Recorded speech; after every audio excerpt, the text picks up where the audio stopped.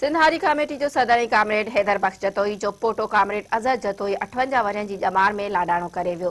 जनाज़े निमाज़ अॼु असर जी नमाज़ खां पोइ हैदराबाद जी कलोड़ा कॉलोनी में अदा कई वेंदी।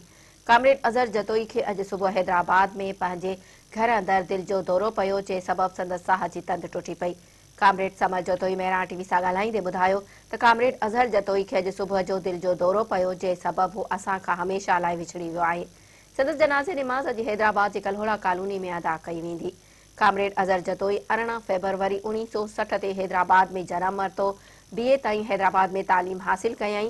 ॾाॾे कामरेड हैदर बख्श जतोई ऐं वालिद मज़हर अली जतोई जे नक्शे कदम ते हलंदे 1982 खां हारियुनि जे हक़नि वारी जदोजहद में पेर पातो ऐं आख़िरी घड़ी ताईं हारियुनि जे हक़नि लाइ जदोजहद कंदो रहियो। कालाबाग डैम, बिटे निज़ाम, बेटनि ते वालार ऐं ॿियनि सिंध दुश्मन मंसूबनि ख़िलाफ़ जदोजहदनि में बि अॻु भरियो रहियो। कामरेड अज़हर जतोई जे लाडाणे ते क़ौम परस्त वतन दोस्त धुरियनि समेत सॼी सिंध में ॾुख जी लहर छाइजी वई आहे।